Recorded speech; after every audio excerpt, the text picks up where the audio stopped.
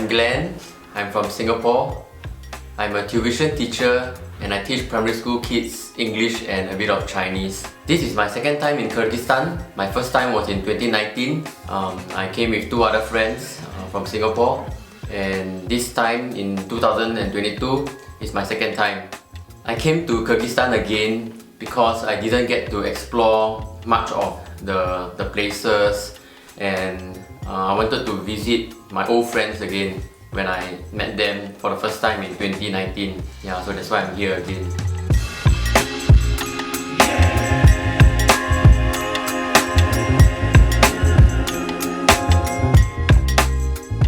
Okay, we are on our way to the hills, right? Keep the distance! Keep the distance! So we call it social distancing in Singapore. Yeah, it's a nice place here. The trees are beautiful. You see? Tall trees. Nice cycling path. And nice cycling buddy. It's a beautiful day. Yeah, not too hot.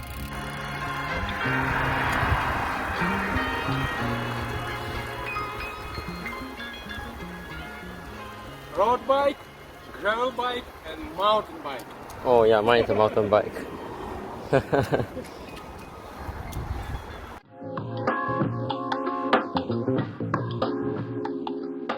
So last weekend, Malik and I went bikepacking. Malik is a Silk Road mountain racer, and he wanted me to have a taste, a glimpse of bikepacking in this country, in Kyrgyzstan. So on the first day, we set off quite late. We wanted to actually set off from Malik's house in the morning, but we were taking our time preparing. Actually, Malik was doing all the preparation. I was just packing my things into the bags onto the bicycle, right? And then yeah, so we left off very late, in somewhere just before lunchtime, and we were heading towards out of the city. Yeah, so we were cycling through the city, out into the suburban area and then the outskirts of Bishkek. And it's nice to see the city landscape, but what's more interesting was the climb up Panorama Hill. Right, it was very rocky, not easy to cycle and be stable, because I was taking some photos and videos as well, but it was very challenging because the sun was quite strong, and going uphill is really an uphill task. We are now cycling uphill on this rocky road up to Panorama Hill, just outside Bishkek city.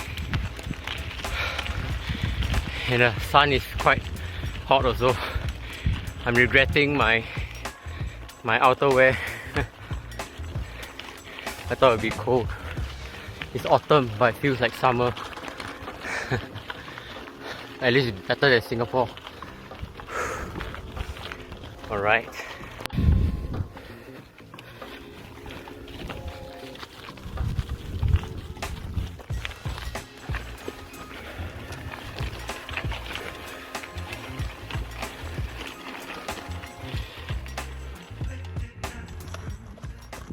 This is our first climb of the day. Go.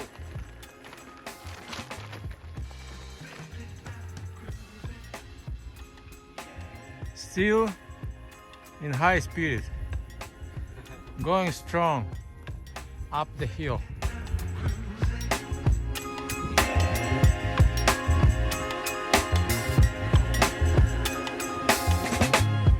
We didn't cover much distance. Yeah, so initially Malik planned for us to reach certain locations, certain landmarks by the end of the day, but we covered only maybe 30 kilometers. Yeah, instead of like 60 kilometers. Yeah, so because I also had to take out my drone to fly, you know, so we took a lot of time. Yeah, so I guess the first day was shorter distance, but the camping at the campsite was very nice. It's a beautiful place away from the roads. We had some like privacy. We have some private place where nobody came to disturb us. So that was very memorable.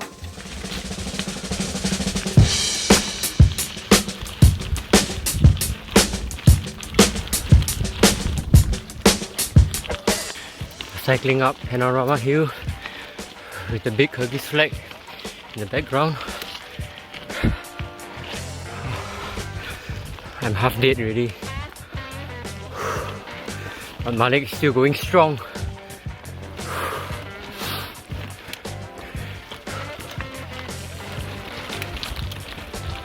Look at that. Feeling thirsty. Thirsty, yeah. Yes. With a drink.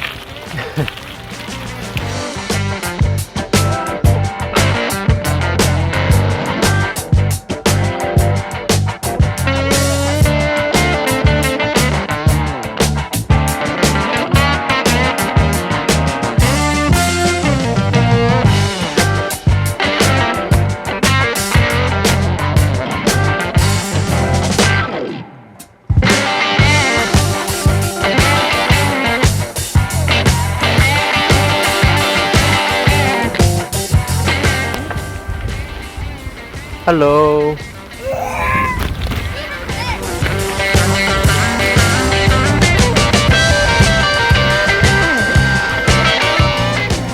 Okay, we have cycled almost about 30 kilometers from Bishkek city, and we have arrived at Arashan village.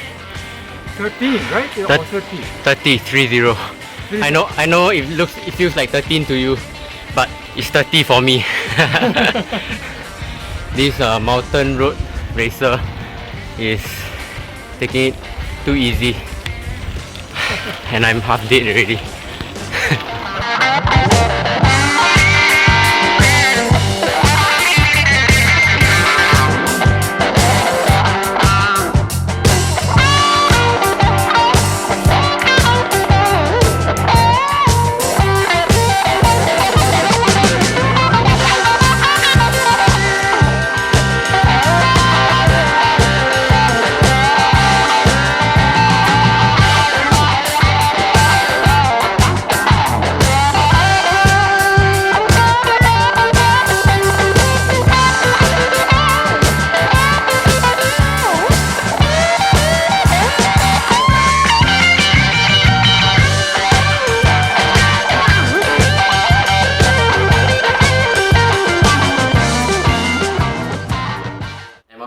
Proud of not just being able to cycle, you know, the long distances, but also to take good photos of Malik and a bit of myself. Okay, so for example, you can see this picture here. Okay, these are like the sunset photos. Yeah, it's beautiful. Like, this is one of my favorite ones also. Shot of the day. Yeah, so sunset was beautiful. Yeah, I think I don't get to see that very often.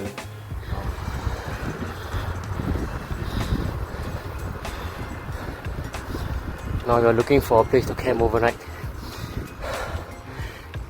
It's turning dark.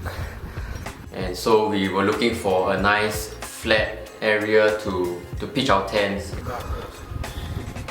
So we should pitch our tent soon. Yeah, looks good.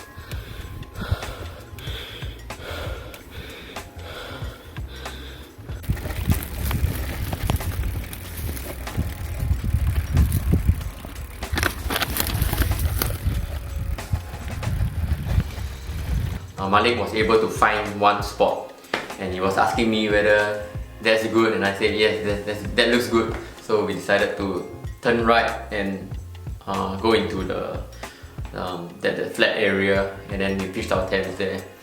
And after that, Malik started to pitch the tents, and of course after that we had dinner. So Malik has cooked some noodles, and now he's going to add some tuna to our noodles. Yes. Wow, this guy is so well prepared. It's gonna be yummy.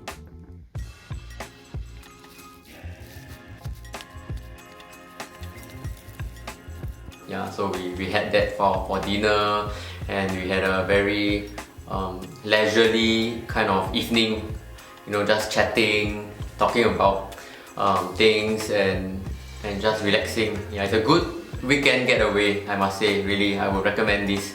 The next morning, I was woken up by daylight. It wasn't really the sun yet, but you could see some light, you know, from my tent. I woke up and I quickly you know, got myself ready and came out to take photos of our tents. So in the morning, I quickly took my phone, and I also took my drone out to fly and to see the area that we were camping. But I feel a little bit bad because I had to kind of wake Malik up a little bit earlier than he wishes to wake up. You know, he was looking forward to just have a slow morning, you know, just relaxing and waking up a bit later. But I also knew that the second day we had to cover the distance that we didn't cover the previous day. We have just left our campsite, now heading towards Burana Citadel ruins, about 60 kilometers away. I blame him for not preparing me mentally. I didn't know what to expect. I wasn't anticipating anything. So when the hills were here, I was so quickly drained of my energy. So I had to ask Malik for time for a break to drink some water and to, you know, psych myself up again to continue climbing uphill. We were given pirashki and a drink from this kind people. Wow. Malik planned this bikepacking trip to be kind of like revolving around these two ancient cities or ancient like ruins, you know. So first is the Burana Tower, which is in the ancient city of Balasagun, and the other one is the Suyab Citadel ruins, also known as the Bashim village nearby that we cycled. We were cycling to these two sites to take a look and to explore and to learn about the heritage, the historical origins of these two places. So we were approaching Burana Towers to see in the distance. It's quite a touristy place. There were other people around, and I wish I could have more time to fly my drone, capturing more of the footage, but I managed to capture us cycling towards the tower. And I also managed to actually go up. I wanted to take more shots there, but when I was trying to do the hand takeoff from the drone from my hand, it actually dropped. I seldom dropped it, but I think I just was fumbling a bit and it dropped on the ground. And thankfully, it's only a bit of the propellers being chipped off, so it was able to still fly normally. And I went up. It was a very tight, narrow walkway, kind of staircase up to the top. Yeah, so it's quite... I'm not claustrophobic, but I felt quite scared that I might fall in the staircase. But anyway, I made it up to the top and the view was nice. But because of time constraint, I just cut short my drone flying, and it was very windy up there, so I didn't fly much up there. And yeah, to be honest, I wanted to spend more time at Burana because I recently bought a pack of a pack of postcards, and Burana was one of them there. It's very iconic. Whereas the other Suyab Citadel, I never heard of that until Malik told me. Lunchtime for our second day. We came just at the city of Suyab. After we have lunch, we will go exploring that city. What did we have for lunch, Glen? Noodles with tuna. The same as yesterday dinner. But it's still good. Damdu. Koshno. Is it Kushno? Вкусно. Kushno. Вкусно. Kushno. Nice, tasty. Finishing it. Yeah, so when we went there, initially I wasn't expecting anything. I thought like Burana would be the highlight. But when we reached Suyab, wow, it's so, I think it's very rich in history and the heritage, the cultural heritage. We read you know, a write-up on the, like there's a tablet, like a stone tablet, or yeah, and there are some information there, and I quite like history. Yeah, so we cycled down into the Suyab area where the citadel ruins is up on like a little hill. So I managed to fly my drone there, and to be honest, prior to flying my drone, I was using my phone to take the photos, right? And it didn't look very impressive. It's just, you know, ruins and yeah, nothing much there. But when I flew my drone out, wow, you can see from the aerial angle, the view is quite nice, quite interesting. And the surrounding is very beautiful also. There is some, is it paddy field? No, not paddy field, but yeah, very interesting looking kind of terraces, kind of fields. Yeah, and it's a very nice spot. I think I kind of prefer this Suyab citadel than I prefer this to the previous Burana site. Yeah, maybe that's a bit touristy, so there were other people around that kind of spoiled the image or the footage. Yeah, so, and also Malik took me down this, like, it just looks like a drain, but I think it's all probably like part of the water system or irrigation system, and it's just part of the ancient ruins where we found pieces of porcelain and ceramics, you know, on the ground, on the site. Yeah, so Malik and I, we also kind of said that it's quite a pity that the local government didn't kind of make it into like a museum or something. Like if it's Singapore, yeah, we would spend a lot of money building it up, you know, preserving the site, and then make it into a touristy place. Maybe that's how we generate income, revenue from tourists. Yeah, but in this place, yeah, these two, maybe Burana is quite a built-up area, but this Suyab Archbishop site, yeah, it's quite underwhelming, so to speak. In comparison to my cycling experiences back in Singapore or elsewhere, it's mostly very fast-paced. You know, in Singapore, our lifestyles are quite fast-paced, so even when we go out cycling, especially with a group, sometimes we are tight for time. So the only time we get to slow down is when we have breaks, like to eat, you know.